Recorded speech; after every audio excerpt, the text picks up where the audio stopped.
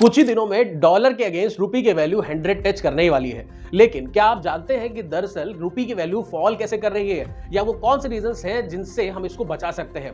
तो देखिए, होता क्या है कि किसी भी कंट्री की करेंसी तब स्ट्रांग होती है जब उसकी डिमांड ज्यादा होती है। ये सेम डिमांड और सप्लाई का खेल है जो हम लोग मार्केट्स में अनियंस या बाकी चीजों के लिए खेलते हैं। जैसे कि जितना सप्लाई अनियन की कम होगी, अनियन का डिमांड उतना ज्यादा होगा। तो अगर आज की डेट में भारत में फॉरेन इन्वेस्टर्स बहुत ज्यादा पैसा हमारे स्टॉक मार्केट में या फिर हमारे किसी लोन में, किसी एक प्राइवेट इंस्टीट्यूट में इन्वेस्ट करते हैं, तो होता क्या है कि एक्सचेंज होता है फॉरेन करेंसी का रुपीज में। जब एक्सचेंज होता है तो जो रिक्वायरमेंट है हमारे रुपीस की वो बढ़ जाती है और इस बढ़ती डिमांड के साथ जो रुपी की वैल्यू है वो भी बढ़ती है।